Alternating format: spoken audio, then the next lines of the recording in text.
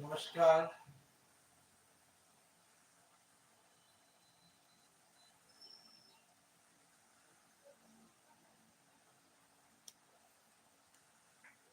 All of you are listening.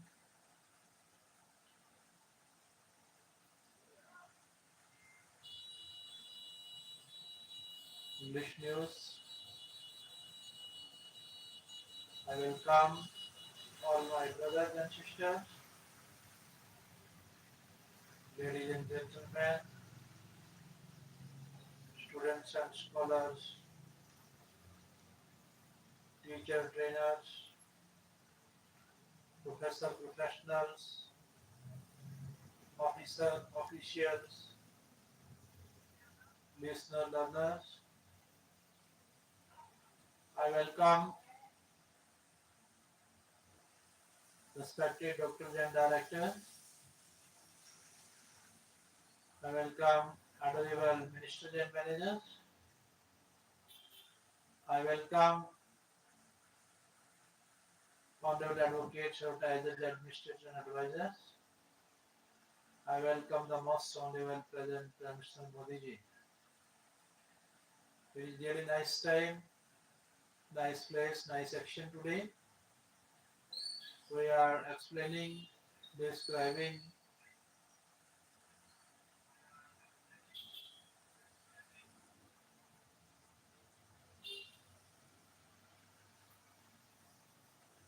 our nation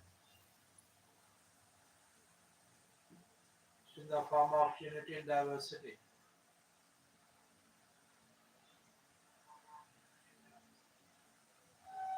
Our nation is known by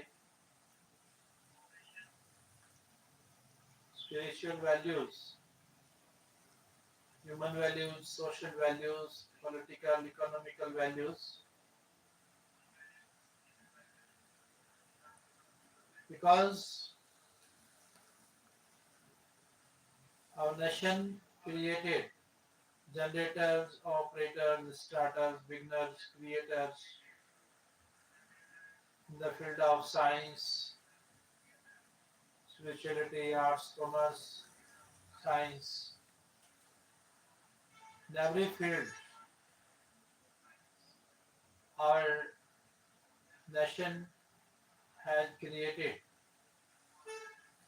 such examples which are unique in the form of milestone and landmark.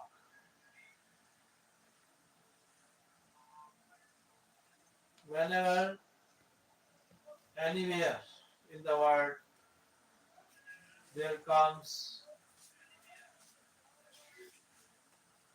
natural disasters, natural calamities, devastations, then our nation becomes healer, helper all over the world. Let us go through what is happening around the world.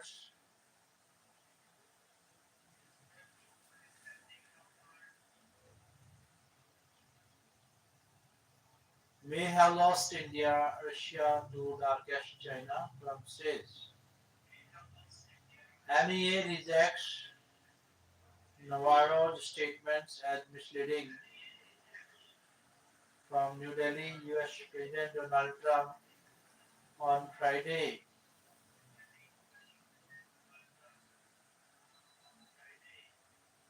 triggered a controversy by sharing a photograph of Prime Minister Narendra Modi, Russian President Vladimir Putin, and Chinese President Xi Jinping working together at a multilateral summit, and sarcastically commenting that the Western nation may have lost India and Russia to China. Trump released two images on his Truth social account. and captioned it as "Looks like we have lost India and Russia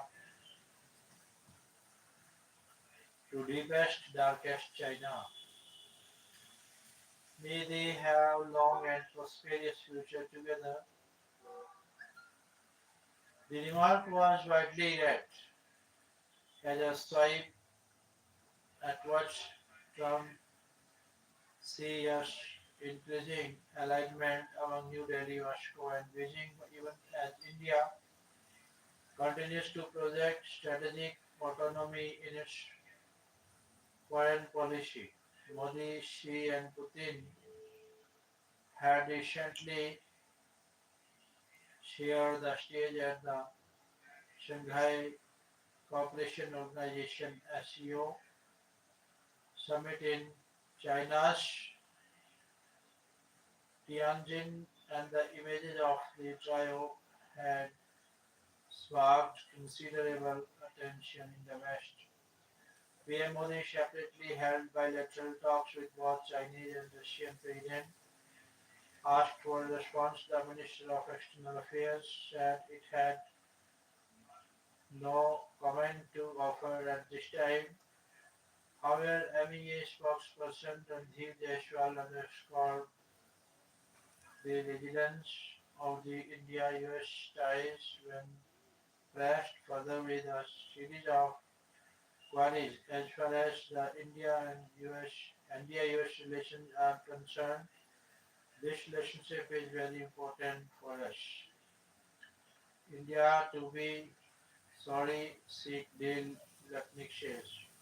Coming India, the wall between Russia and Chinese, between Russia and China in BRICS, US Commerce Secretary Howard Lutnick has said New Delhi will try to make a deal with President Donald Trump in a couple of months. In a month or two, in a month or two, I think India is going to be at the table and they are going to say sorry and try to make a deal with Trump, he said. We'll continue buying Russian oil, Sitaraman says. Union Finance Minister Nirmala Sitaraman on Friday said India would continue to buy Russian oil, stressing that decisions would be guided solely by national interest where we buy our oil from, especially being big ticket foreign exchange related item. Is a call we will take based on what suits us best. So we will undoubtedly be buying Russian oil, she said,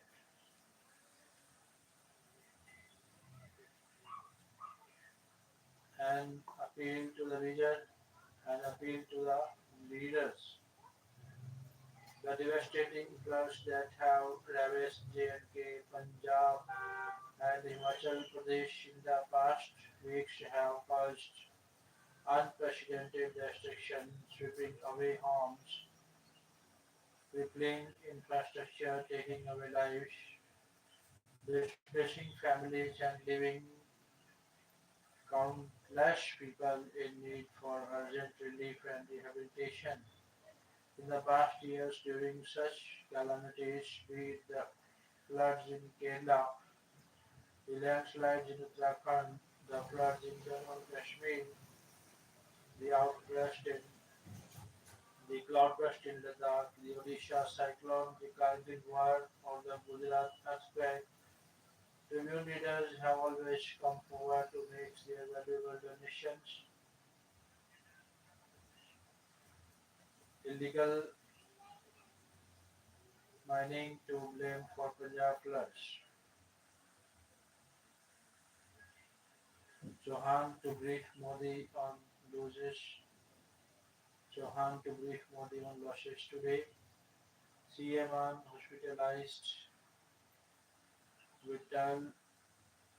vital stable. Punjab CM Bhagwant Mann was rushed to a Mohali hospital after he complained of agitation and low heart rate.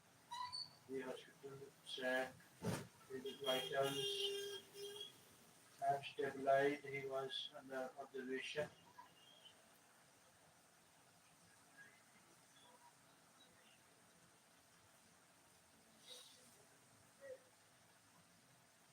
PM to visit Punjab, other flood hit states soon. From New Delhi, Prime Minister Modi will soon visit flood affected states including Punjab and review the situation.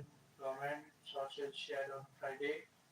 The Prime Minister's visit to Punjab will The Prime Minister's visit to Punjab was still being finalized and the schedule would be announced soon.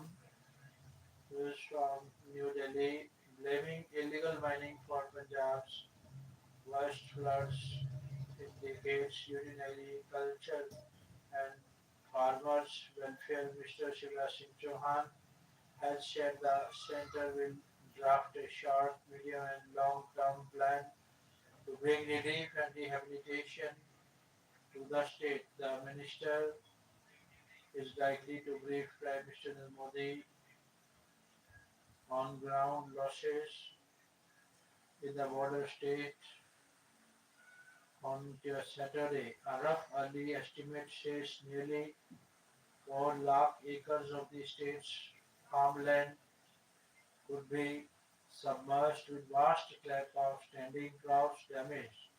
A final assessment of losses, top official sources told the Tribune would, however, be made once the center's interministerial teams return after their failed visits to the state. At present, two teams are touring Punjab. Meanwhile, Chauhan, who visited Punjab on Thursday to conduct a spot check of the situation for himself, said floodwaters entered the villages across Punjab due to weekend embankments on account of illegal mining. The senior BJP leader recalled the construction of other embankments along major river banks of the state when the late Atal Bihari Vajpayee was the PM and the late Prakash Singh Badal was the CM of the state. When Vajpayee was the PM and when Vajpayee ji was the PM and Badal ji was the Punjab CM, we had constructed a certain embankment surrounds. Himachal, Himachal set to join Elite Literacy League on September 8 from Shimla after Goa, Tripura and Mizoram. Himachal Pradesh has now achieved the distinction of becoming fully literate. Education Minister Rohit Thakur, while participating in an award function on Teachers' Day today, said the formal announcement in this regard would be made on International Literacy Day on September 8. Currently, our literacy rate is 98% as per the central guidelines.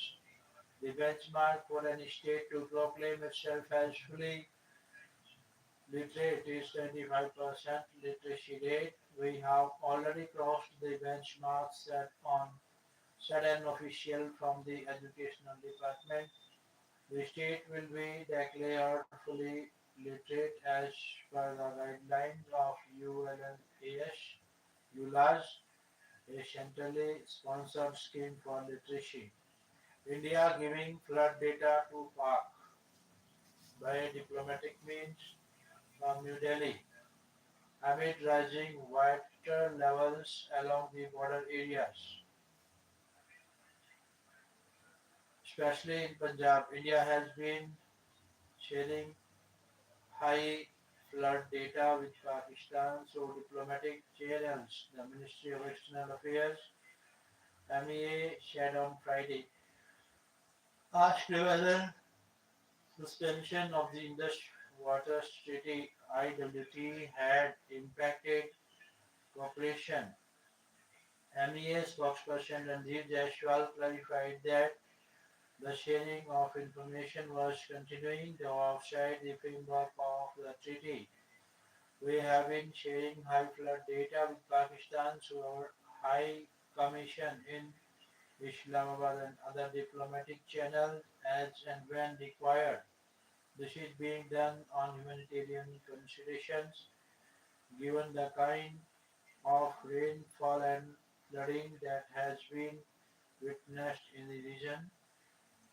No delisting ever at Bhakra capacity down 19% from Ropar as Punjab battles one of its worst floods in decades. It has come to light that the holding capacity of the Bhakra Dam built upstream on the Satluj has reduced by about 19% since its inception in 1963. The primary reason officials say is that the dam reservoir has never been this silted all these years. The revolution comes amid criticism of the Bhakra Vyas Management Board for failing to hold back water in the Bhakra and Pong dams when heavy rain wreaked havoc across Punjab recently. The release of additional water from the two dams, which have the largest reservoir in the north, is being blamed for compounding the situation in the state.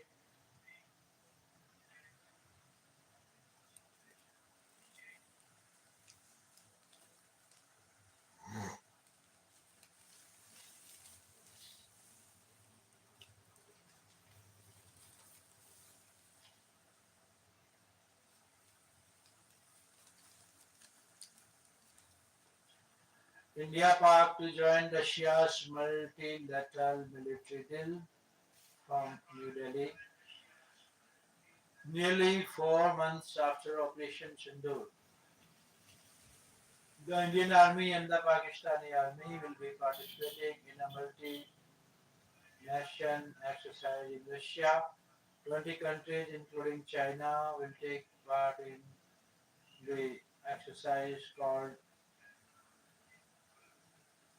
Japad, which is being held by Russia. A 70-member team from India is scheduled to leave by Monday. The exercise had started on September 1 and will run till September 17. Indian contingent will join it midway. Usually, countries participating in such exercises are divided into different groups. China and Pakistan are in the group, while India is in a different group. New Delhi wants nations patrolling Malacca Strait to share information. Chinese Navy uneasy with surveillance from New Delhi, looking to widen the arc of its maritime information gathering in the strategically vital state of Malacca. India has asked four countries which officially patrol the state to devise a system for sharing information about shipping through the narrow water body.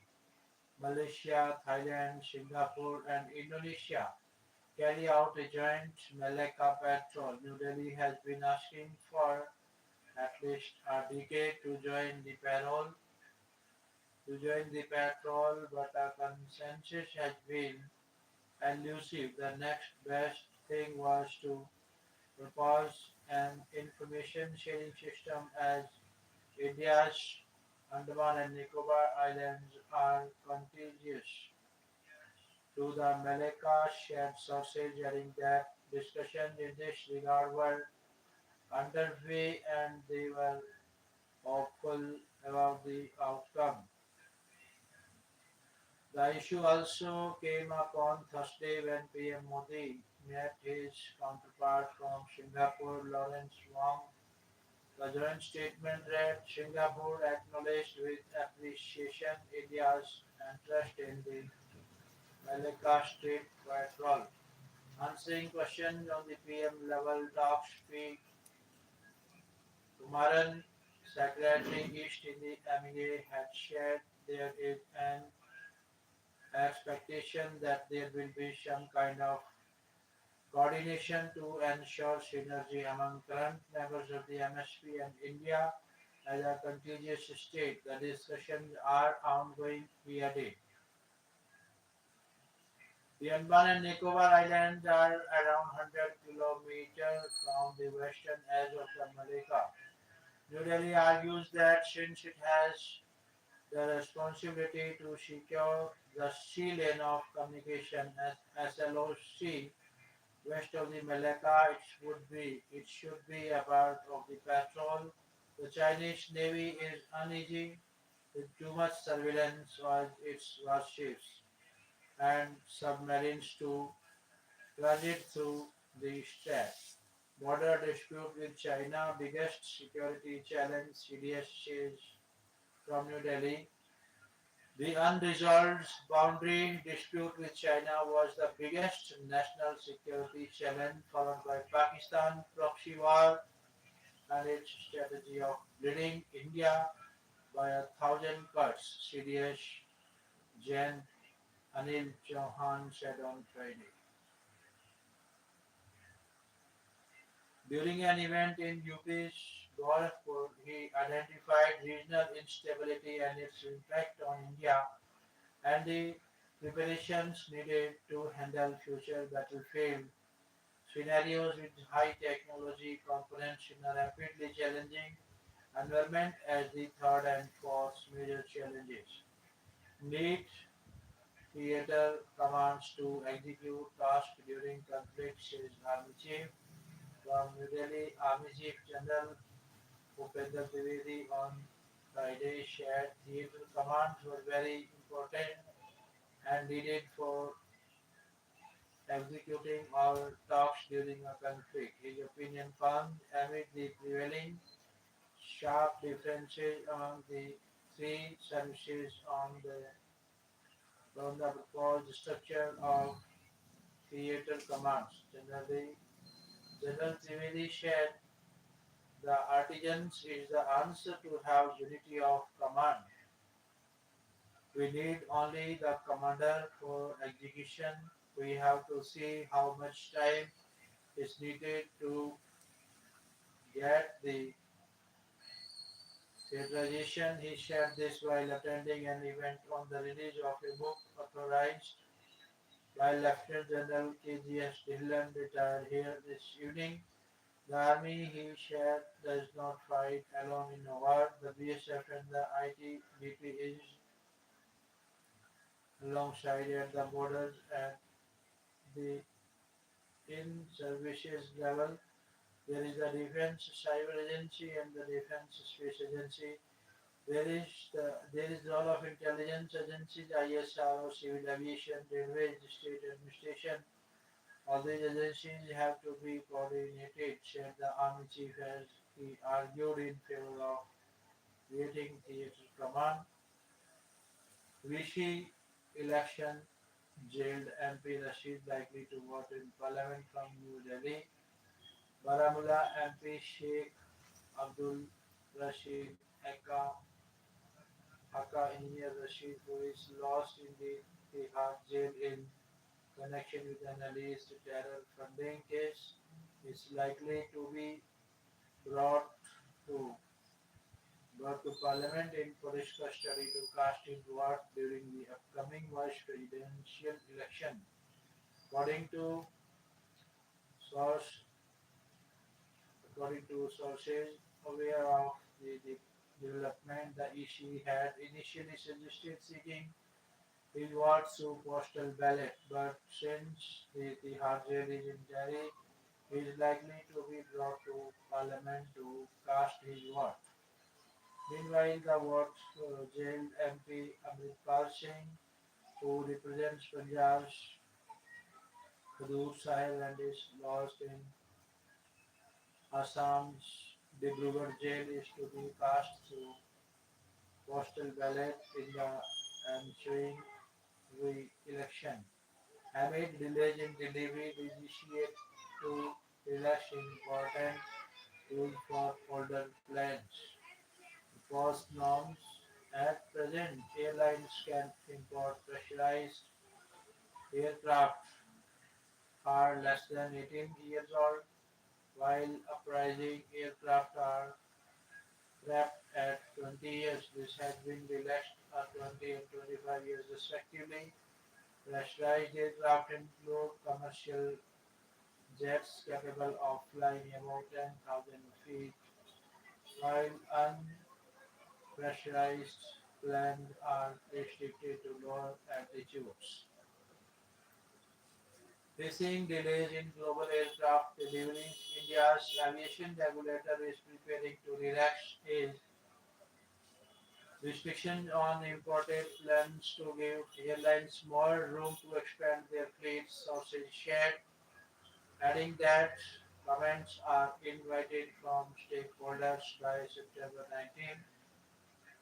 The Director General of Civil Aviation, DGCA, has released draft changes to its civil aviation requirements, which propose raising the maximum age limit for aircraft brought into the country. The revision would allow the import of pressurized aircraft up to 20 years old and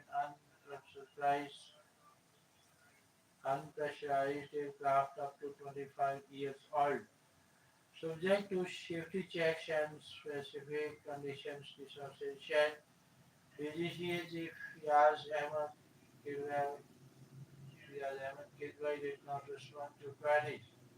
However, as per sources within the aviation watchdog, airlines at present can import pressurized aircraft that are less than 18 years old and up to 20-year-old unpressurized aircraft. It has been observed that private operations are keen to bring aircraft which are very old, sometimes exceeding 20 years in age.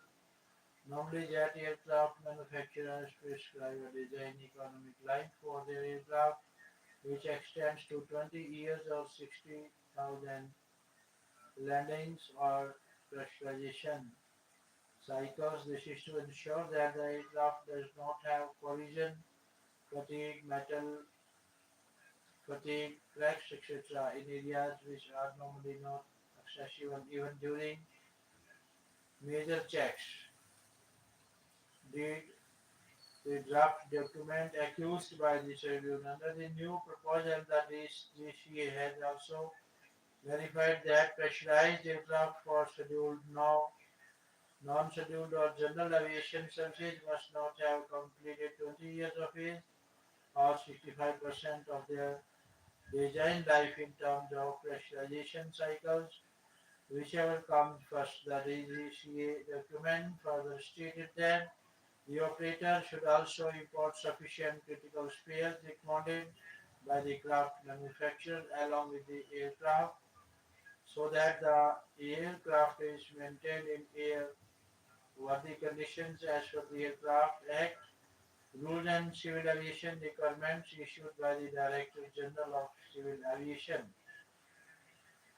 Ukraine solution not on battlefield India at UNGA from New Delhi. India has reiterated its concern over the ongoing war in Ukraine, stressing that the loss of innocent lives was unacceptable, adding no solution could be found on the battlefield.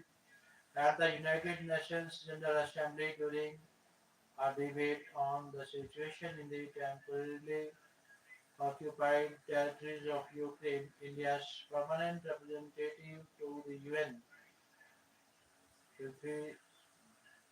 Prithvani Harish said dialogue and diplomacy remain the only viable path to peace. India welcomed the recent positive development in this direction. We endorsed the meeting in Alaska between US President Donald Trump and Russian President Vladimir Putin and appreciate the progress made there. Harish stated he noted that PM Modi was in close contact with Putin, Ukraine President Vladimir Zelensky, and European leaders regarding the evolving situation. Highlighting the wider impact of the war, Harish also expressed regret over its collateral consequences, particularly the surge in fuel prices that had strained economies across the world, emphasizing that the global south had been disproportionately affected. The UN representative of India also urged the member nations to ensure that their voices and concerns were given due recognition. An early end to the Ukraine conflict is in everyone's interest, as the PM has shared. This is not an era of war. India stands ready to support diplomatic efforts, said Harish. Gujarat fugitive deported from UAE from New Delhi.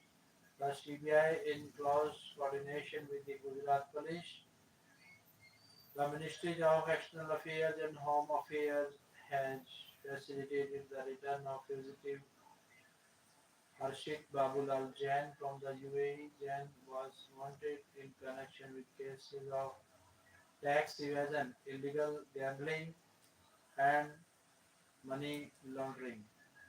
PAM to attend BRICS summit in September 8. From New Delhi, EM Jaishankar will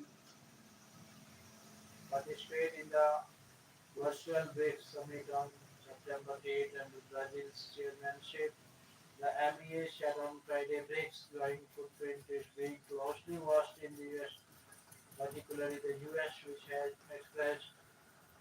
has expressed unease over the group's increasing alignment on issues such as trade and energy.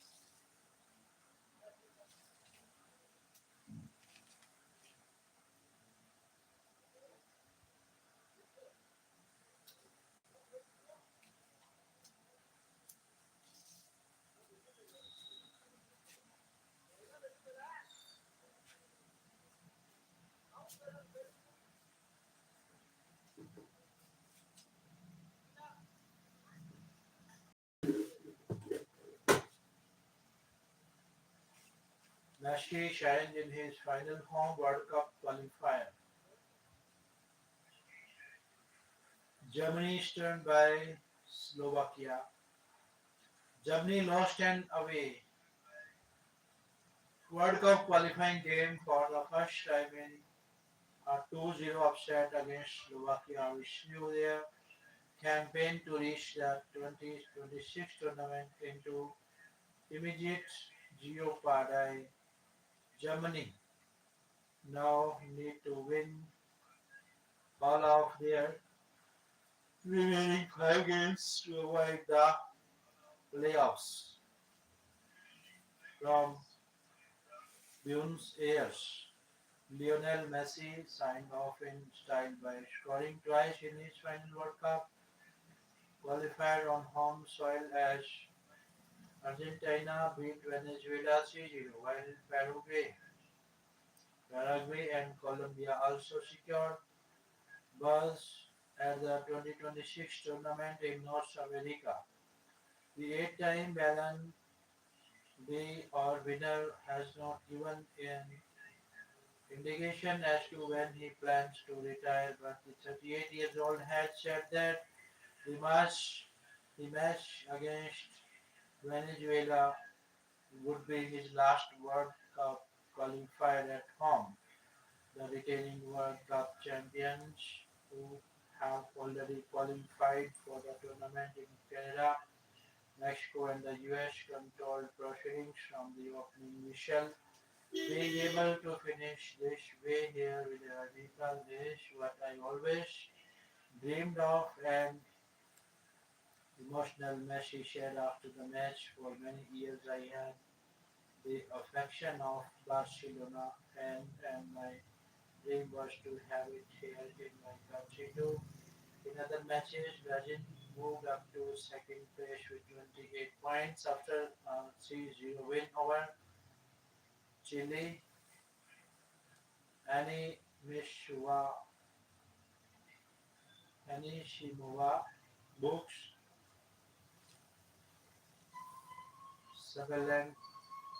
Sabalenka showdown. Amanda Anishinova relied from a set down to defeat four-time Grand Slam champion Naomi Osaka 6-7, 6-7, 4-7, 6-3, 6-3 and reached the US Open final where she will take on Border Aryan Sabalenka for another shot at a medal crown. Jagdish Jagdishan Vishesh's double turn as South score 536 versus North from Bangalore. Narayan Jagdishan missed out on a well-deserved double hundred by these runs as South John reached on imposing first innings score of 536 despite a dull second day in their Tulip Trophy semi-final against North Zone on Friday.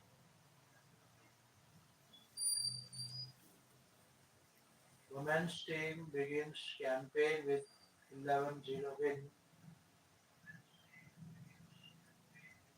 from Hangu.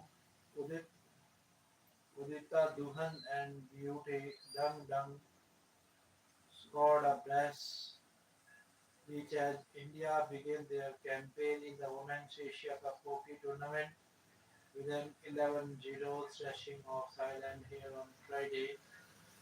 Udita scored in the 30th and 52nd minutes from penalty corners while Dang Dang stuck in the 45th and 54th minutes. India's other goal scorer were Taj Khan 7th minute, Sangeeta Kumari 10, Navneet for 16, Lal Shyami 18, Thadam Suman Devi 49, Sharmila Devi 57th, and Lataja Dadaso Pisal 16. India currently ranked ninth in the world, led 5-0 at halftime in the Pool B match against the 30th ranked Thailand. India got a total of 9 penalty corners, out of which they converted 5 while Thailand did not earn any PC. Fighting fire with fire, Asia Cup India look for all-round show against tricky China to seal final berth. From Rajgir, one step away from the final, the Indian men's hockey team will look to reach its optimal level of efficiency. Then the Harmanpreet Singh led side takes on a tricky China in its last Super 4 stage match of the Asia Cup here on Saturday. After the disappointing 2-2 draw against five-time champion South Korea, India bounced back strongly to outplay Malaysia 4-1 in their second Super 4 match, and the latest result will give the home team a lot of confidence heading into the contest against China. The convincing win enabled India to jump to the top of the standings with 4 points from two matches. While both China and Malaysia have 3 points each, Korea are languishing at the bottom with just 1 point. The top two teams from the Super Fours will progress to the summit clash and a draw would be enough for India to steal their place in its Sunday final. After a subdued outing against Korea, the Indian played with more intent and tenacity against Malaysia.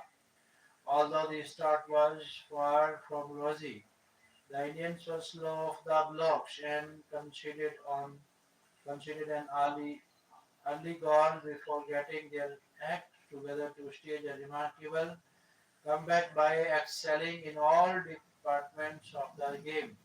Speaking after the win against Malaysia, chief coach Greg Fulton said the squad is still not there as far as reaching peak performance was concerned, and the Indian players know that the expectations from them are high. The question is how do they live up to the expectation? The answer is simple, just raise their game a few notches by doing the small details correctly. So far in the tournament, the midfield has been marshaled pretty well by the likes of veteran Manpreet Singh, Hardik Singh, Vivek Sagar Prasad and Rajinder Singh.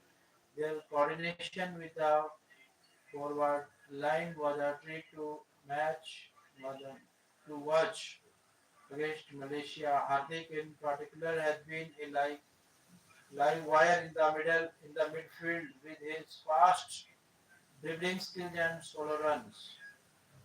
Manpreet has been a workhorse for Indian hockey for years now, and his performance against Malaysia proved that he is still hungry for more. Not only did he create chances for the forwards, but he also assisted and scored a goal against Malaysia. The trio of Abhishek, Surjit Singh and Mandeep Singh has been mighty impressive up front and would look to continue the fine show in the remainder of the tournament. India, however, will have to utilize their chances more than once inside the opposition circle, and for that they will need to remain calm and composed. One thing that might worry Fulton a bit is the rate of penalty corner conversion after a fine start. Skipper Harmanpreet looked to have run out of ideas from set pieces, while the likes of Devra Singh, Sanjay and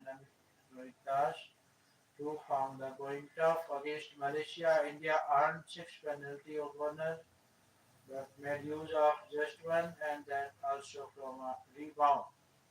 Good defense, good pressing, good turnovers. So it was a good combination. It was an all-round effort. Fulton said we are getting it right at the moment.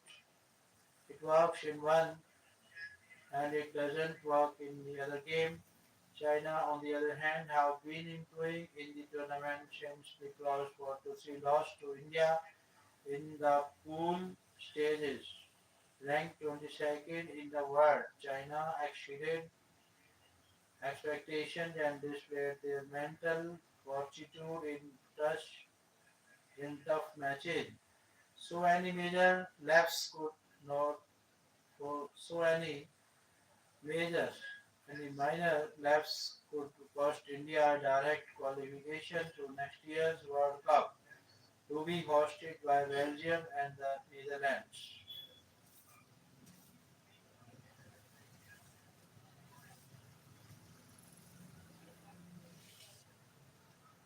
I more held in Amritsar temple attack case from New Delhi. One more held in Amritsar temple attack case. The news from New Delhi, the National Investigation Agency has arrested a wanted terror accused in the March 2025 Amritsar temple grenade attack case. Sanjit Kumar alias Shani, a resident of Batala, who was nabbed on Friday from Gaya, Bihar. The accused was found to have been actively involved in the conspiracy and execution of the terror attack that took place in the early hours of March 15. Flood fears spark standoff as villagers try to divert water. Philor's village youths fought, bid to weaken embankment, launch 24 into 7 surveillance from Jalandhar amid widespread communities for flood hit villages.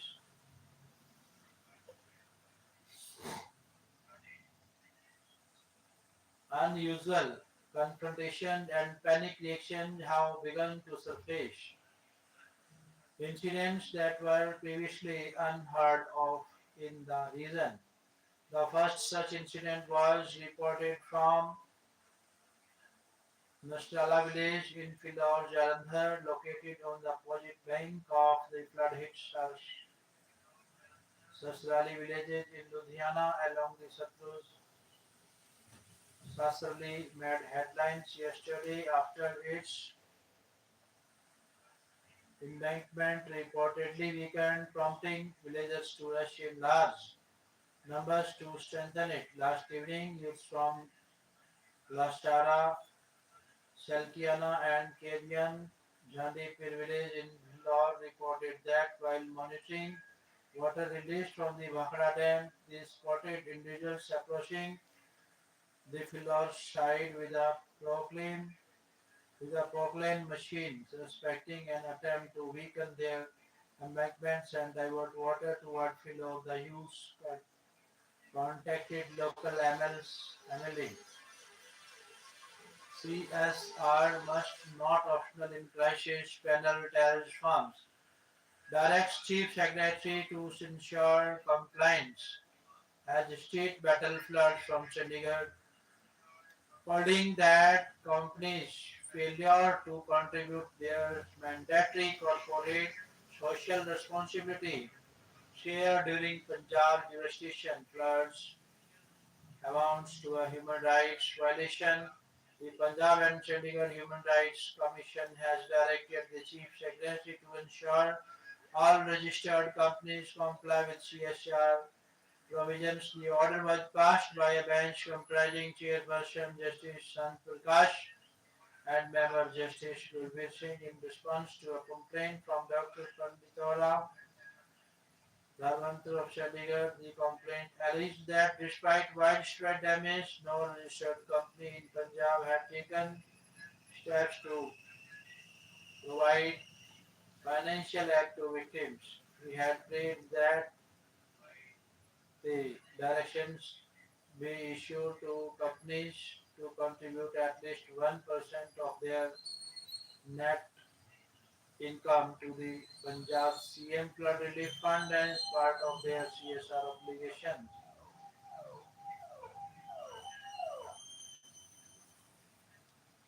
The Commission observed that CSR was a legal and ethical obligation to align corporate activities with societal welfare, especially during a crisis, by failing to contribute their CSR share for disaster relief. Companies not only violated the law but also undermined the human rights of victims entitled to timely aid. Its man-made tragedy, Sidhu blamed the center its man-made tragedy on Chandigarh. Congress leader Navjot Singh Sidhu on Friday shared it was deeply painful to see the people of Punjab suffer through a crisis that was entirely avoidable.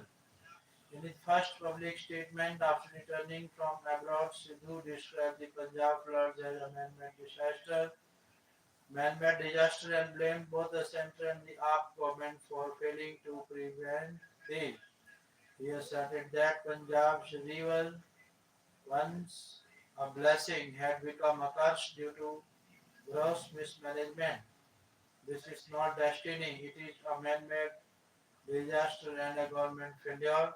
He wrote, adding that while politicians had their greed, Punjab continued to suffer.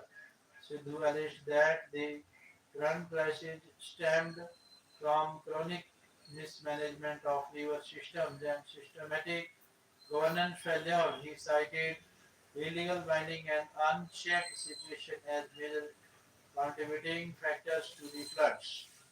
Unregulated flow from dam led to flooding, warring slammed up order judicial probe into government lapses. Senior Congress leader and Kapurthala MLA Rana Gurjeet Singh has criticized the AAP-led Punjab government for its complete failure in handling the flood situation, terming the devastation a result of grave administrative lapses and human error. He demanded an High Court appointed panel headed by a civil to investigate the causes. The devastation is not due to nature alone, it is also due to a complete lack of preparedness and mismanagement on part of the state government, the MLA alleged. Baghel instead to oversee Kong relief work ahead of leader of opposition Rahul Gandhi's visit Congress Punjab affairs in charge Bhupesh Baghel arrived in the state to oversee the flood relief measures being undertaken by the party during his two-day visit. He will tour flood-affected areas in Amritsar, Firozpur, Ludhiana and Jalandhar districts. News from Chandigarh State Congress President Amrinder Singh Rajabading on Friday held the state government responsible for the unregulated discharge of water from the Ranjit Sagar Dam, calling for an investigation into the water release. Wading alleged the uncontrolled flow led to the flooding of the villages along the Ravi. He said hundreds of houses were damaged and fields in several villages of Amritsar were left covered in silt and mud. Wading accused the AAP government and the irrigation department of failing to protect the residents from the Ravi's onslaught. Other senior party leaders to criticize the AAP government for its complete failure in handling the flood situation in the state. The PPC chief also shared that the party has raised over rupees 2 crore for relief efforts in the Firozpur, Amritsar, Hoshiarpur and Ludhiana parliamentary constituencies. Two parliamentary level committees have been set up in each of the four constituencies, an operational committee to mobilize resources and a coordination committee to oversee distribution. Wedding said party workers were being mobilized to assist in de-shielding farmlands inundated by floodwaters. Teams are also being formed to implement immediate soil restoration measures aiming to mitigate long-term damage to agriculture. CM unwell rushed to hospital. Cabinet meet on floods put off. Official links illness to drinking unsafe water during trips to affected areas. Barnstable Docs says the CM was brought to Fortis Mohali after he complained of exhaustion and low heart rate. His vitals were assessed and have since stabilized. He is currently under observation and his pulse rate has improved. From Chandigarh, Chief Minister Bhagat Singh Mann on Friday rushed to a private hospital in Mohali as his health deteriorated. Though doctors later said his condition was stable, Mann has been unwell for the past 2 days and was being treated by a team of doctors at his residence for a suspected waterborne bacterial infection. However, his condition showed little improvement. Chairman was brought to Fortis Hospital, Mohali, after he complained of exhaustion and low heart rate. On arrival, his vitals were assessed and have since stabilized. He is currently under observation and his pulse rate has improved. Our medical team continues to closely monitor his condition. The hospital authorities said in the statement the CM was admitted to the cardiac care unit. Earlier, the AAP government cancelled an important cabinet meeting scheduled for the evening, citing CM's health. A notice for the meeting had been issued on September 6 before the Chief Minister fell sick. The cabinet was to review the emerging situation in the flood-ravaged state, where relief and rescue operations are in full swing. So far, 43 flood-related deaths have been reported, while crops on 4 to 3 lakh acres have been submerged across the state.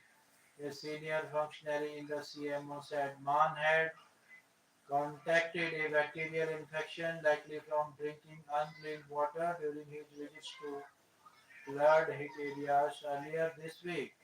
He fell sick on Wednesday evening. He should be fine in a day or so, the official said. Speculation had swirled over the timing of Man's illness, coinciding with action against party MLA Harmeet Singh Pathan Majra, who escaped police custody on September 2. Pathan Majra has claimed he was related to Man's wife. The party leadership, however, has dismissed such speculation, maintaining that the cabinet will be reconvened once Man recovers. In September last year, Man was hospitalized after being diagnosed with leptospirosis, a rare bacterial infection. On Thursday, Man was to accompany AAP Chief Arvind Kejriwal to flood-hit Sultanpur Lodi owing to his ill health. He stayed back and Kejriwal called on him to inquire about his health.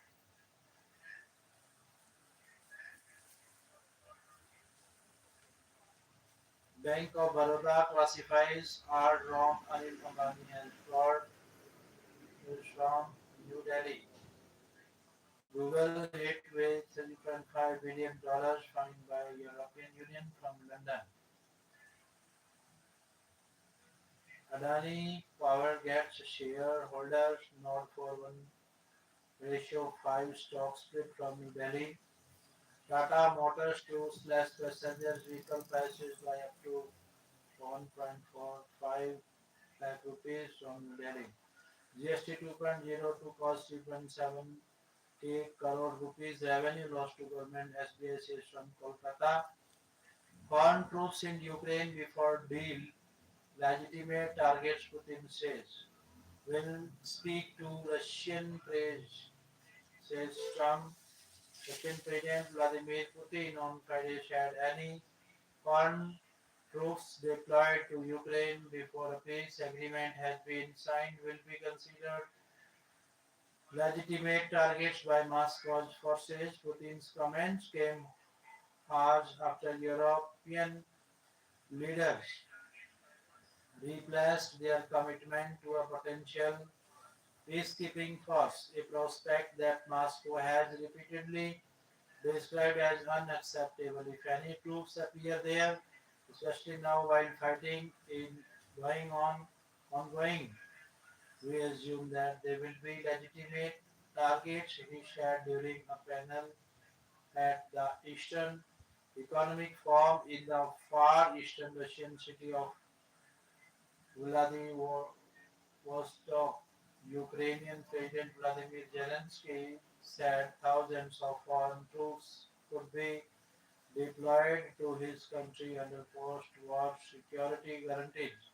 Meanwhile, US President Trump was asked by a reporter whether he planned to speak to his Russian counterpart in the near future, to which he said,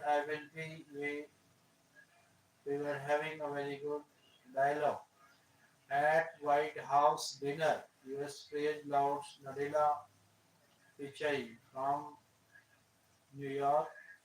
US President Donald Trump Microsoft has lauded Microsoft CEO Satya Nadella and Google Chief Sundar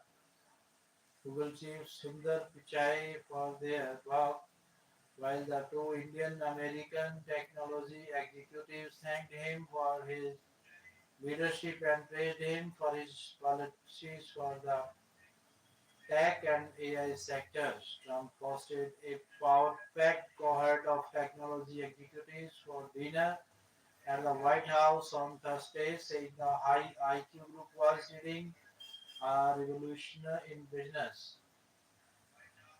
$8.5 billion deals linked Pak China launch CPEC 2.0 from Islamabad. Pakistan and China have formally launched the second phase of the conversational CPEC project and signed 21 agreements and joint ventures worth about $8.5 billion. The MOU were signed in Beijing on Thursday on the concluding day of Prime Minister Shahzad Sharif's visit to China. When he met with Chinese Premier Li Qiang and attended an investors conference. UK Deputy Prime Minister resigns Lamy to take over from London. Anutin Chimwakdin and Thailand PM from Bangkok.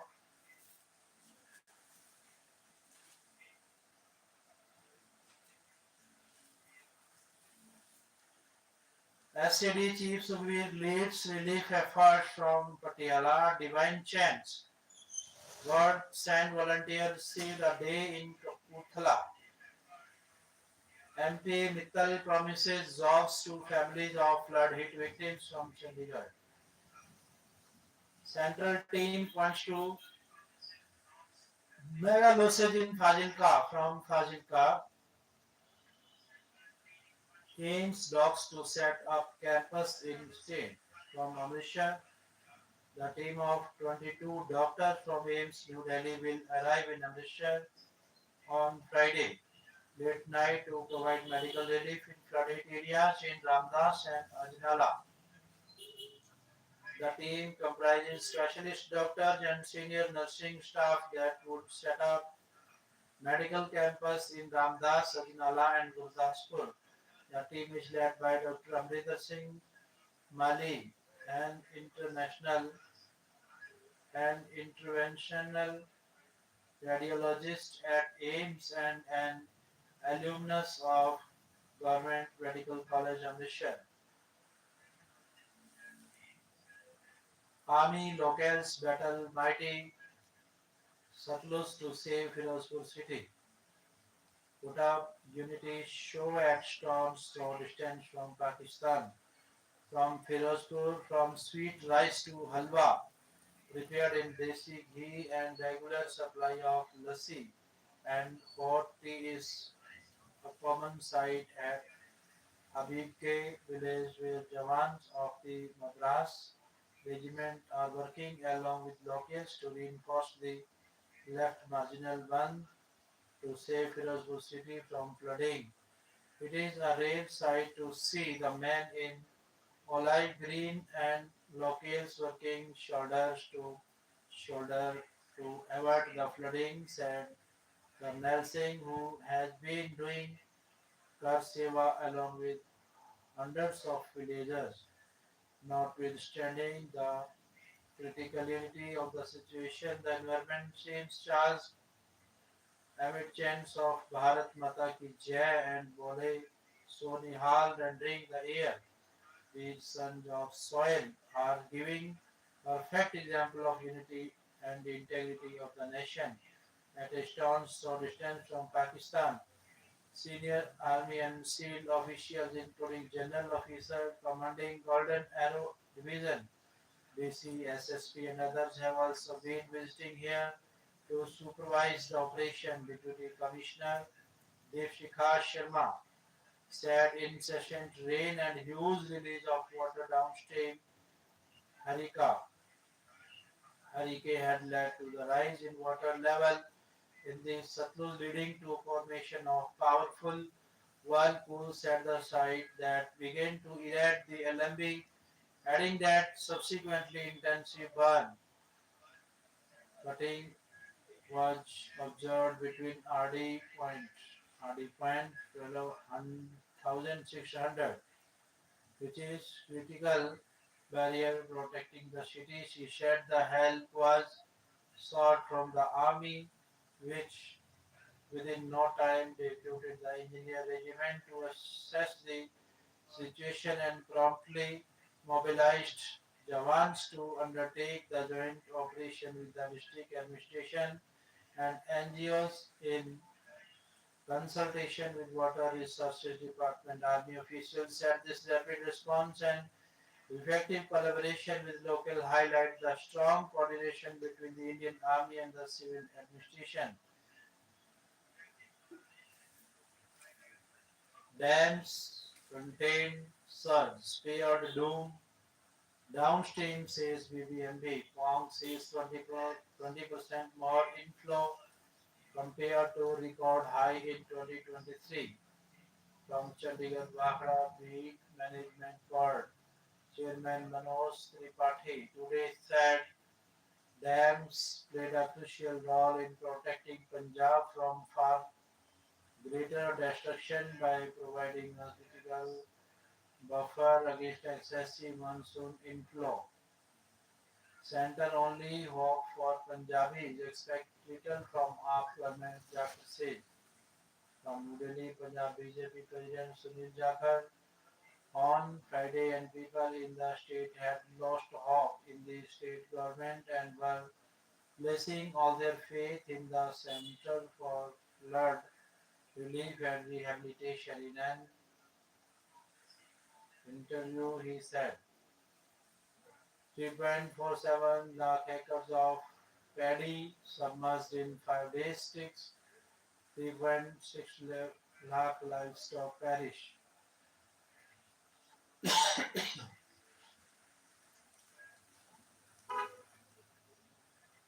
News from Chandigarh paddy crop on 3.47 lakh acres, primarily in Gurdaspur, Amritsar, Fazilka, Kapurthala, Tarantan district has been impacted at Punjab tries to come terms with the losses incurred in the worst floods in the decades.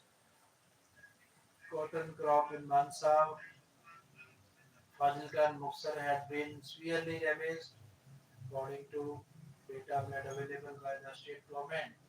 Besides maize and sugarcane crop on lakhs of acres lies submerged under the water that overflowed from the Ravi, Byas and Satluj.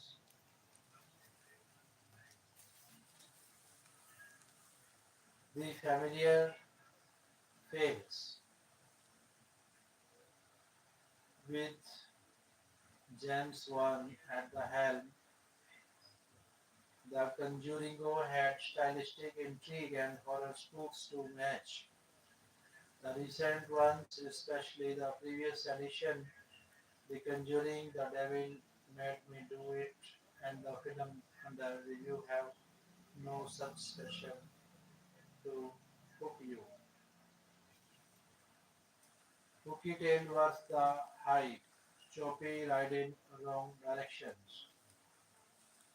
Vajpayee, Sobra's comedy and charm.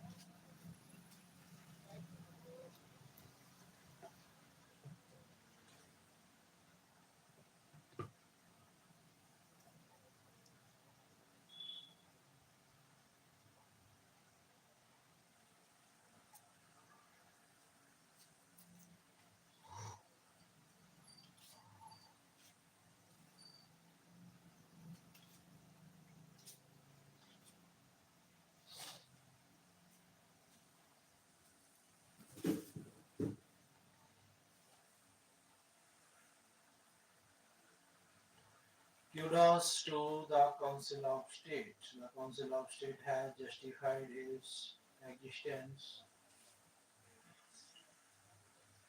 It was brought into being with the sole object of thwarting the people's house in all those matters in which the views and wishes of the people are opposed to those of the bureaucracy. During the 5 years of its first term, it had seldom missed an opportunity of fulfilling this object of its founders. The rejection by it at its meeting on Thursday of the repressive laws bill which was passed by the Assembly in March, and more particularly the overwhelming majority by which the measure was rejected, may well be described as its crowning achievement from the point of view of the bureaucracy and its partaking, parting kick from the point of view of the people. In a house consisting at the time of about 40 members, only 9 could be found to support the motion for the consideration of the bill.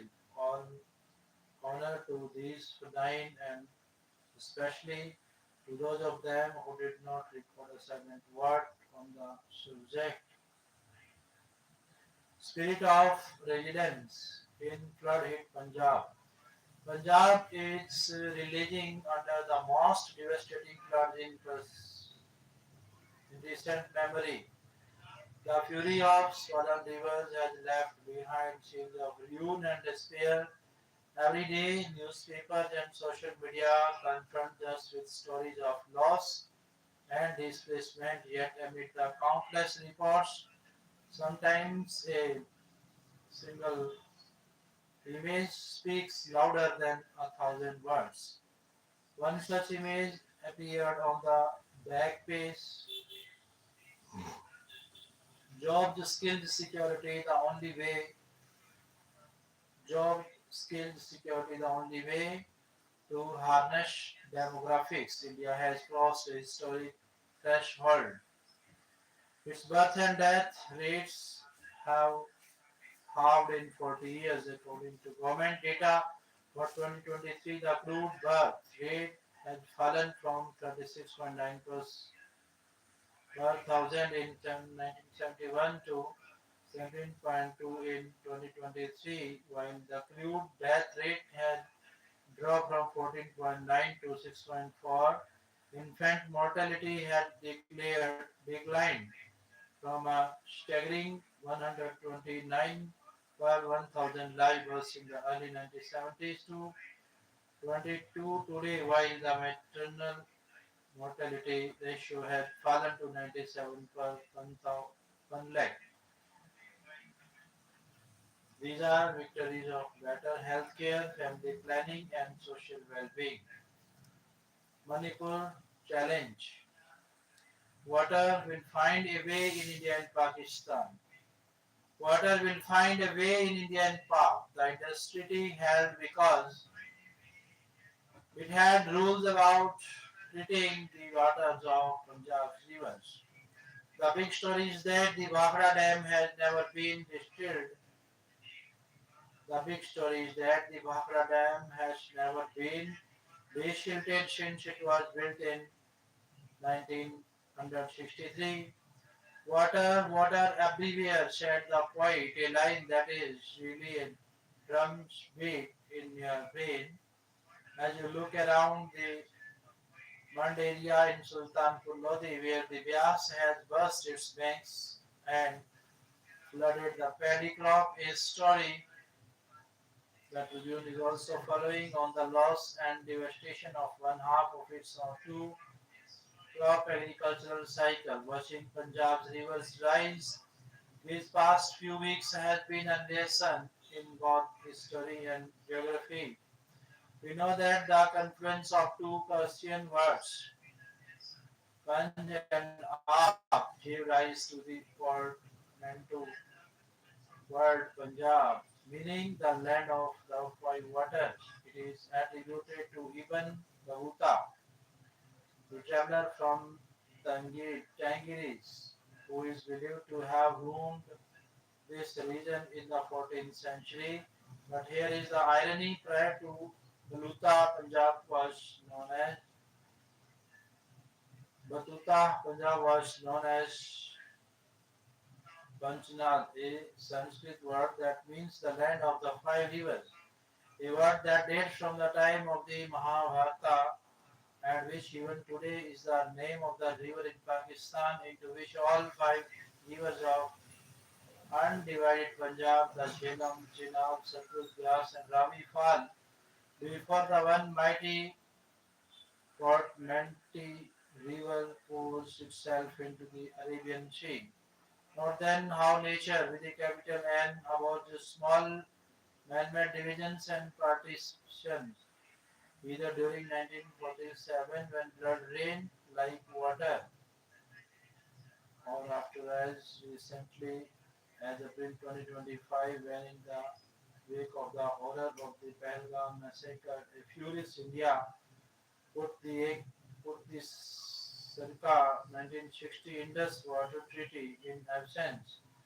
The IWT had held despite two wars and one limited conflict because it had rules about treating the waters of Punjab's rivers. On the eve of Operation Sindoor, India shut down the sluice gates of the Baglihar Dam on the Chenab in Jammu and announced that not a single drop of water would be allowed to flow into Pakistan in retaliation for Pahalgam. For the first time in decades, Jammu Fox flocked to walk the dry Chenab bed and post Instagram pictures. Pakistani authorities reacted nervously, fearing the worst for their crops and human habitat. 3 months later, it is geography's turn to turn the tide on geopolitics as Himachal Pradesh and Punjab experience their strongest monsoon in decades. The reservoir in the Wakra, Ranjit Sagar and Pong dams that give life-sustaining water to all of North India all year round have filled to capacity, forcing officials to release water into Punjab's three eastern rivers in order to keep the structure of the dam safe. But that's not all. Questions on both sides of the border are now being raised. For example, should officials have not released water from these North Indian dams, which has contributed to flooding on both sides of the border? Ajnala, Kapurthala, Sultanpur Lodi, Firozpur, Kartarpur Sahib, the roll call of Punjab's towns that seem to be floating these days in giving rise to several means. Among them, Bhika Punjab, a takeoff on Urta Punjab.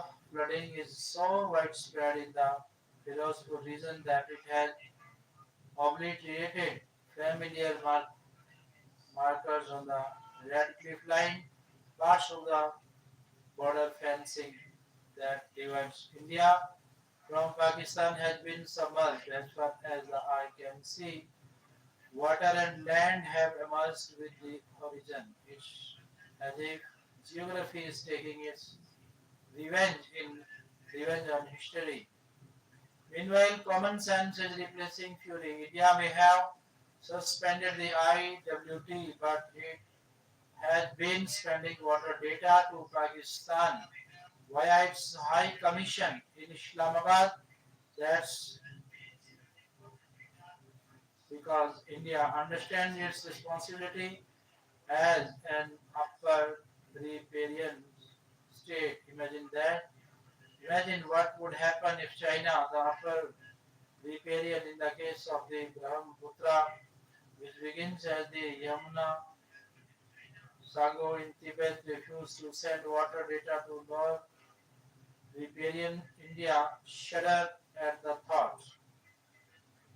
In any case, so much water flows down the Chenab and the Jhelum in Jammu and Kashmir, especially during the monsoon, as much as 136.2 million acre feet annually that the run of the river Baglihar and Kishan Ganga dams have no option to allow the water to flow into Pakistan. That is why suspending or holding the IWT is obedience doesn't mean much on the ground. The water as it is one will flow from the hills to the sea. The hills in this case happen to be Himalayas and the sea, the Arabian Sea. Water disdained maps and treatises and peaks facts. It will find a way. A larger question, however, has insinuated itself into the big picture, that of dam storage. Rights and responsibilities. Udhampur MP and the influential junior central minister Jitendra Singh has blamed the IWT for denying India permission to descent its dams on the western rivers in Jhelum. But read the IWT carefully. Singh's contention of is only partially correct, as the IWT only prohibits desilting into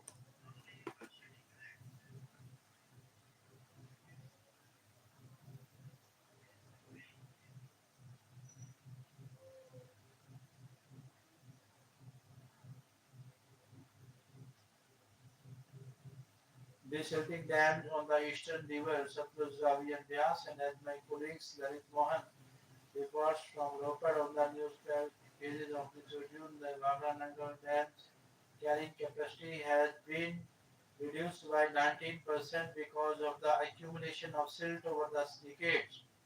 In fact, the big story is that the Bhangra Dam has never been desilted since it was built in 1963. If this is true about the Bhangra Nangal on the Satluj, could it also be true about the Pong and the Ranjit Sagar Dam on the Byas and Ravi River respectively? And if this is true for all three, does it follow that dam officials had to release water from these dams this monsoon, which caused the flooding in Punjab because they were concerned about protecting the integrity of dam structure? Let us ask the forbidden question: if these dams had been desilted over the years, would they have been capable of carrying much more water, especially at a time of extraordinary rain as has occurred this monsoon? Meaning, would Punjab's extraordinarily vigilant villages have remained calm and dry? Perhaps it's time to put people front and center to treat nation tenderly.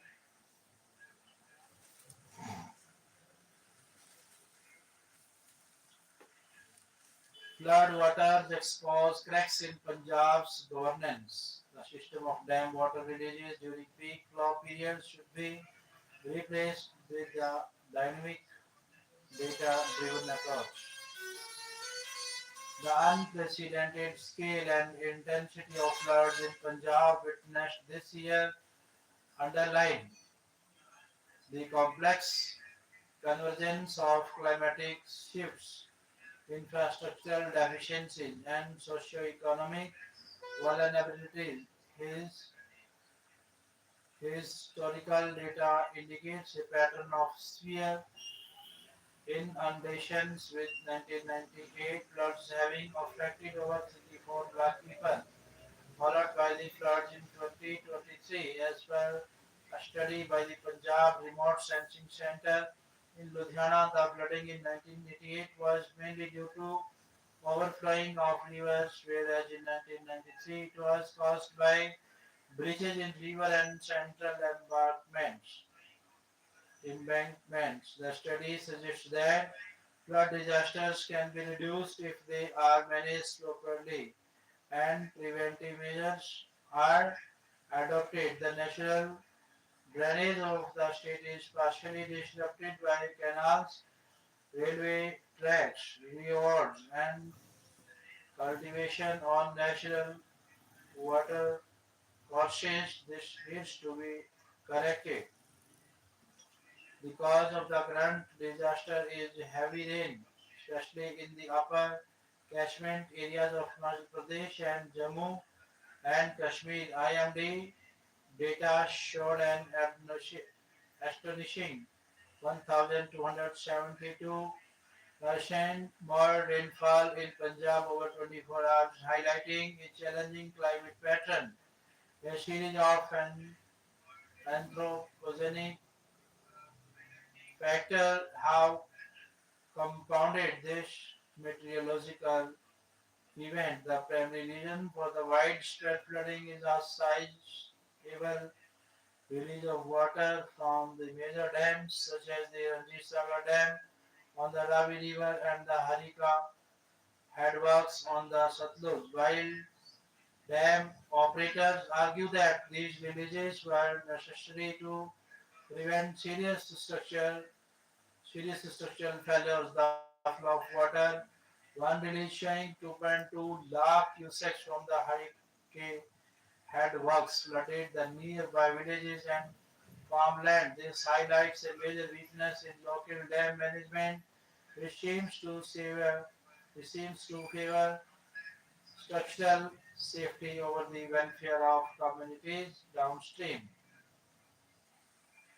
Additionally, the state's outdated and poorly maintained drainage system has contributed to the catastrophe. The Satluj, Beas and Ravi overflowed not just because of increased flow but also due to their reduced capacity over time. Years of silt built up, uncontrolled construction and development on riverbanks and floodplains, and the neglect of drainage channels have turned natural waterways into narrow paths. This is a critical distinction, transforming a natural hazard into a man-made disaster. The destruction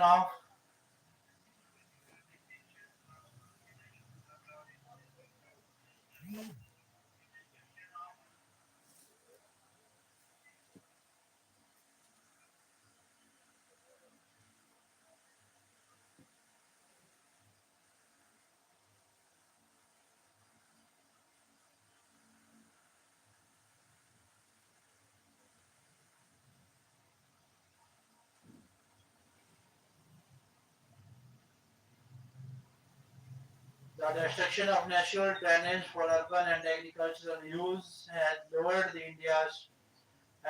the land's ability to absorb water, leading to quick runoff and localized flooding. The socio-economic impact of the floods has been both profound and extensive. As per media reports, the 2025 floods have claimed at least 40 lives and affected over 2.56 lakh individuals across 12 districts with 1,044 villages severely impacted till now. Extensive devastation has occurred in the agricultural sector.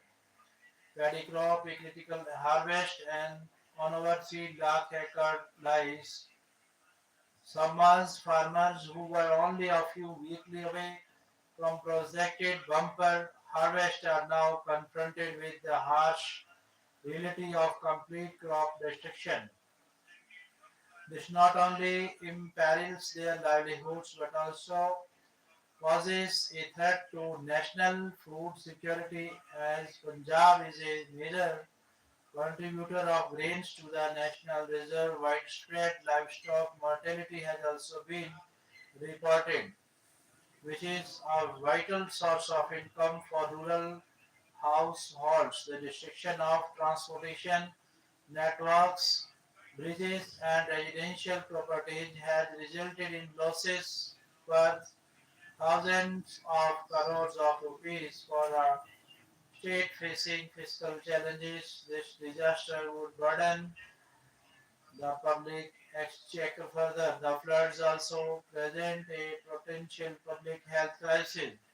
Even after the primary floodwaters have receded, water logging and stagnant pools become breeding grounds for mosquitoes, leading to a foreseeable surge in dengue and malaria cases. Contamination of potable water sources carries the risk of waterborne diseases like cholera and typhoid.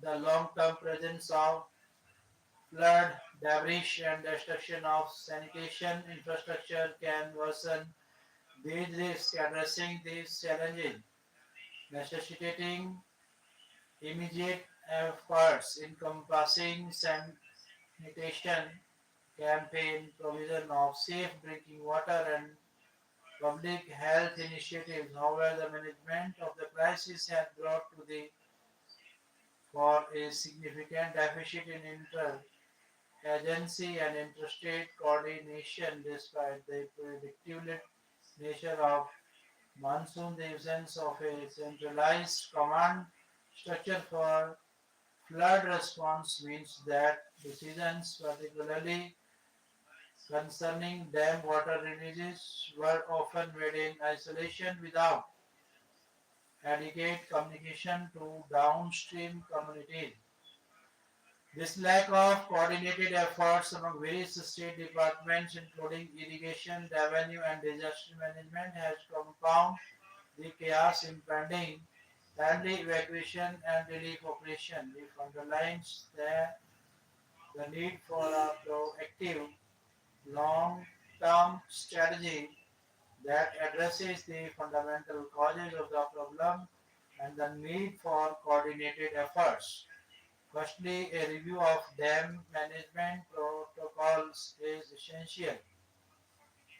The current system of dam water releases during peak flow periods should be replaced with a dynamic data-driven approach. This should involve utilizing advanced weather forecasting models and real-time monitoring of upstream water levels to facilitate phased and controlled water releases well before a potential crisis. Furthermore, better cooperation between Punjab, Himachal Pradesh, and Jammu and Kashmir imperative to ensure synchronized water management. Secondly, a statewide project for distillation and restoration of rivers and drainage channels is crucial.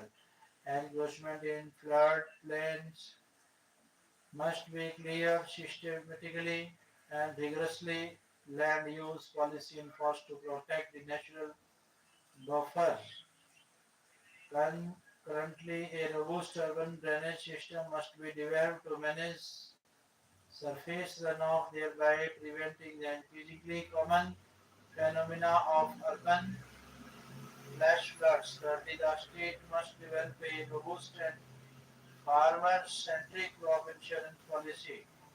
The existing ad hoc compensation model, while well-intentioned, is often insufficient and slow in reaching the most vulnerable farmers. A thorough insurance program would offer a crucial financial safety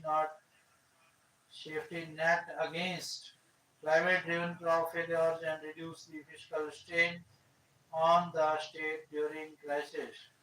Finally, public awareness and community level disaster preparedness programs are needed, empowering local communities with the knowledge of early warning systems, evacuation procedures, and first aid skills can reduce the loss of life and property. Government schemes like Apta Mitra should be scaled up.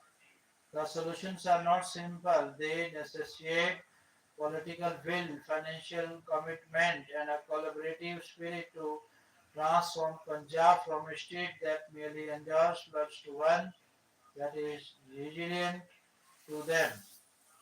Rahul's what cherry pitch versus Modi's old plate cook. The Congress needs to do more groundwork to detect those voters who were disenfranchised or could be disenfranchised. Uttar Pradesh has a history of turning a state election into a referendum on the state of the nation based on the adage that whoever wins UP will get the goodie in Delhi in the Lok Sabha election.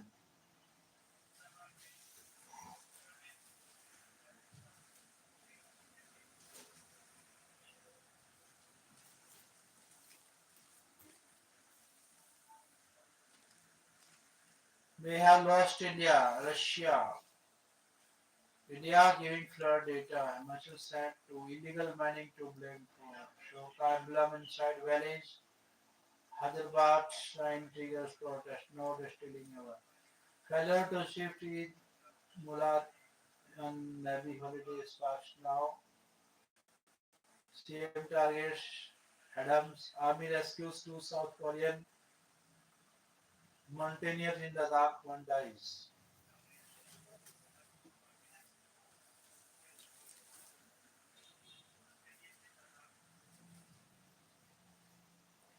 Supreme Court dissolves marriage after elections soured over 1951 Rolls Royce. From New Delhi, the Supreme Court has finally dissolved the marriage of an estranged couple whose relationship soured over 1951 model Rolls Royce car, which was ordered by first Prime Minister Jawaharlal Nehru for the erstwhile Maharani of Baroda. The husband has agreed to pay rupees 2.25 crore to the woman under a mediated settlement. The car is valued at more than rupees 2.5 crore at present. It once belonged to the father of the woman. In exercise of the power conferred upon us by Article 142 of the Constitution, we dissolve the marriage between the petitioner and respondent number one. A bench led by Justice Suryakant sat on August 29, quashing all cases between them according to the settlement reached between the parties. The wife will retain gifts given by this man and his family, while the man agreed to return all gifts received by him and his family. The matter landed in the top court after the Gwalior bench of MP High Court quashed a cash lost by the woman against her husband for alleged dowry demand and cruelty. The woman, a resident of Gwalior, claimed that she belonged to a highly reputed family whose ancestor was admiral in the navy of Chhatrapati Shivaji Maharaj. She had alleged that her estranged father and his family had harassed her with demand of a Rolls-Royce car and a flat in Mumbai, a charge denied by the man. For that, the High Court failed to consider that since inception, the respondent number one and two had a mala fide intention of demanding the Rolls-Royce car. Royal Rolls-Royce car, which is one of its kind and was handmade by H.J. Munjir Company for Maharani Baroda Chinnabai Sahib Gaikwad ordered on her behalf of Nehru and one flat in Mumbai. When the demands of the respondent were not met, they started making false charges against the petitioners. She had alleged the husband had lost a case of cheating and forgery against his estranged wife and her kin. Reasons: 8 educators bagged National Award from New Delhi. Of 81 teachers who were conferred with the National Award on Friday by the President Draupadi Murmu, 8 are from the North Indian region. As many as 21 educators were selected by the Higher Education Department, 45 by the School Education Department, and 15 by the Ministry of Skill Development and Entrepreneurship. Narendra Singh from Ludhiana has been recognized for his initiative for enhancing infrastructure at Government Primary School, Dilliawala, Jandiwala, recognizing the poor condition of existing facilities at the school. Narendra actively engaged with the community, mobilizing parents, former students, and various stakeholders to secure support and funding to establish 15 new classrooms. His efforts extended beyond the basic infrastructure to include specialized facilities like an IT park, smart library, math park, and a herbal garden, indicating a holistic vision for the growth of students. Credited for developing innovative pedagogy and promotion of civil responsibility. Sunita is geography and social science teacher from PM Shri Government Girls Senior Secondary School in Murthal Adda, Sonipat, has also received the national award. It is learned that she has personally overseen an increase in student enrollment and a decrease in the dropout rate, particularly in geography classes. Shashi Paul, a junior basic teacher posted at Government Model Center Primary School at Shamror in Solan district, is the only teacher from HP to receive the honor this year. He has been honored for the institutionalized structure for training in the school that led to students achieving state level success in chess and badminton. With students from underprivileged backgrounds have been secured admissions to prestigious institutions like Lawrence School. Read the citation of the award for consistently delivering 100% results in the board exams and using digital tools to impact to impart teaching. Praveen Kumari, a social science teacher at Government Girls Model Senior Secondary School in Chandigarh, has also received the coveted award. Avdesh Kumar Jha, principal of Government School in Delhi, Sohini, has established Zero Waste Citizen Bank, where students deposit dry waste to inculcate the philosophy of reuse, and recycle.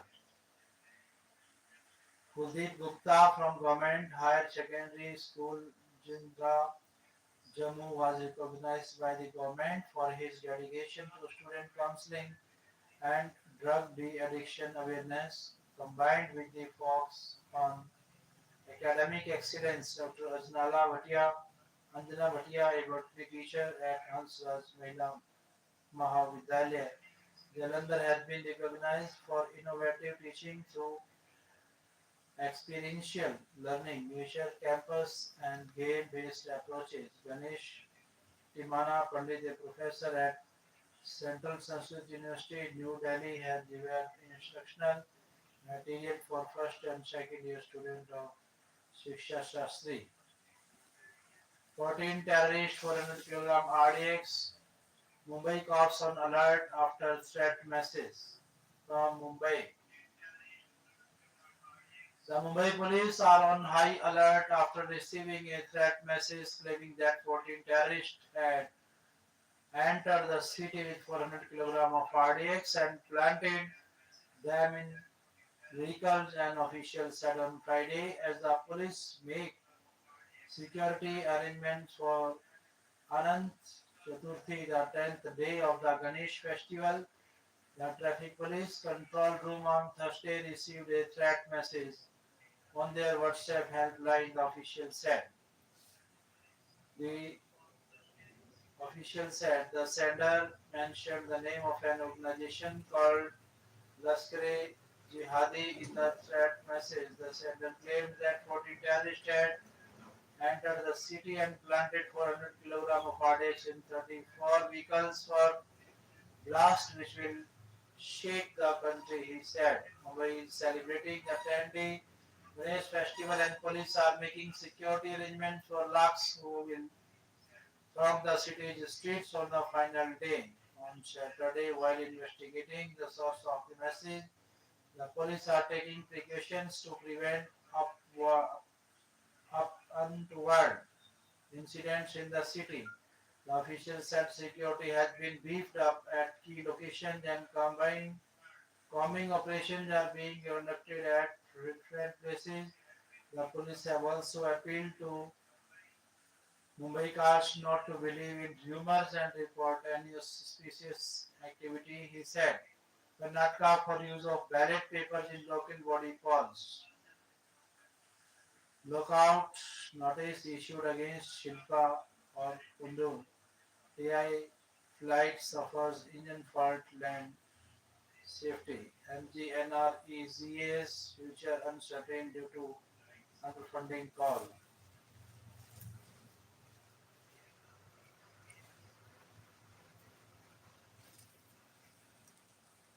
Search continues for 7% missing after landslips in Kullu. From Kullu, Shimla Mandi, Kullu district record dry day from Shimla. Central yet to sanction disaster relief package to Himachal. CM says.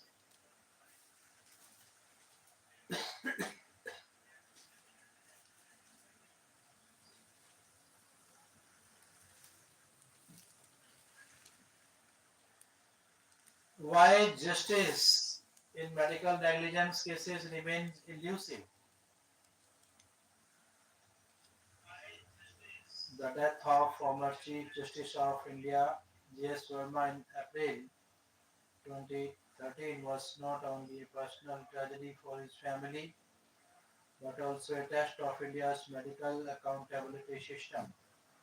More than a decade later, his family's complaint of negligence was dismissed by the National Consumer Disputes Redressal Commission (NCDRC), underlining why justice in such cases remains elusive.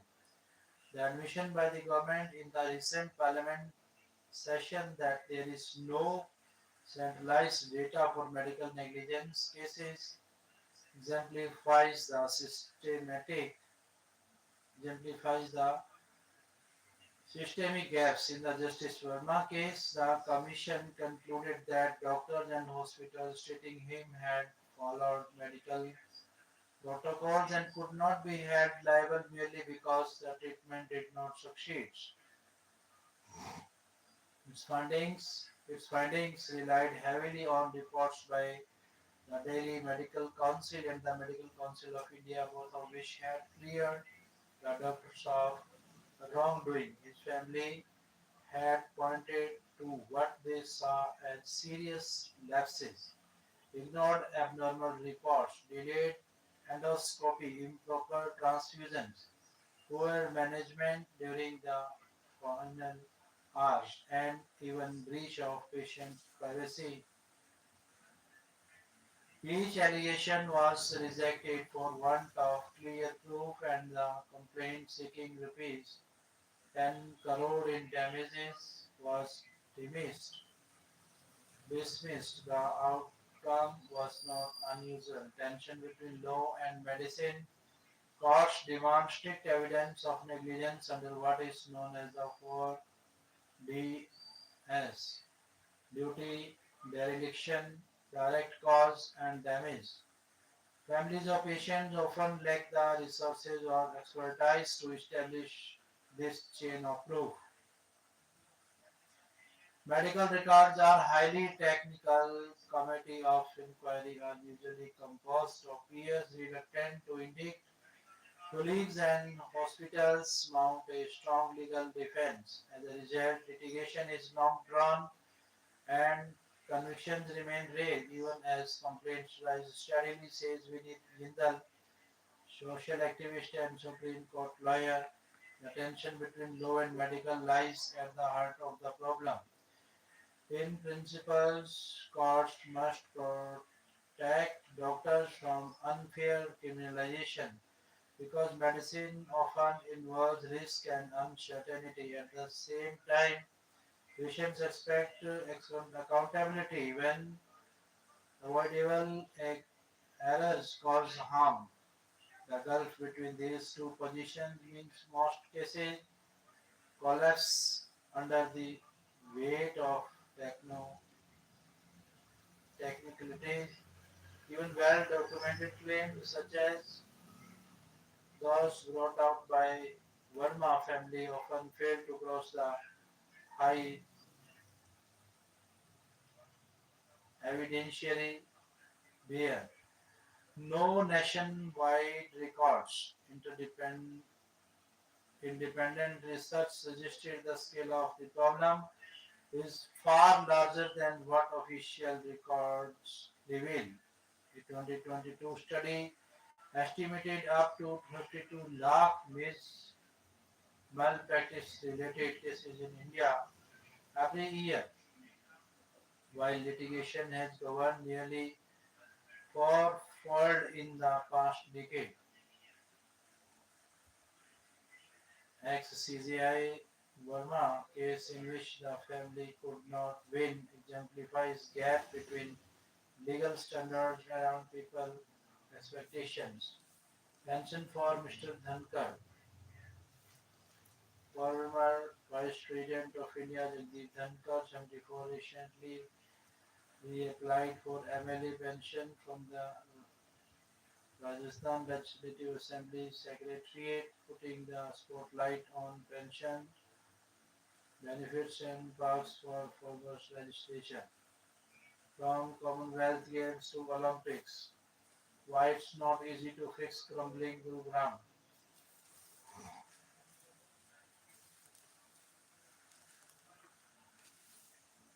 Relief work by state government not enough, Huda says. Program metro expansion project takes off. Water level begins to decline in Tengri, Ghaggar, Markanda. 11 killed in flood, rain-related accidents in state so far. 44 lakh rupees relief released from Chandigarh. 11 people lost their lives in flood and rain-related accidents across Haryana in the past few days. The state government had released rupees 44 lakh as compensation for their kin. For each casualty, rupees 4 lakh has been released. I thank all my brothers and sisters, ladies and gentlemen, students, scholars, teacher, trainer, professor, professionals, officer, officials, respected doctor, directors, honorable minister, manager, honorable advocate, secretary, administrator, advisor, the most honorable president, Mr. Modi. Thank you. Nice to see all of you. Thank you. Thanks a lot.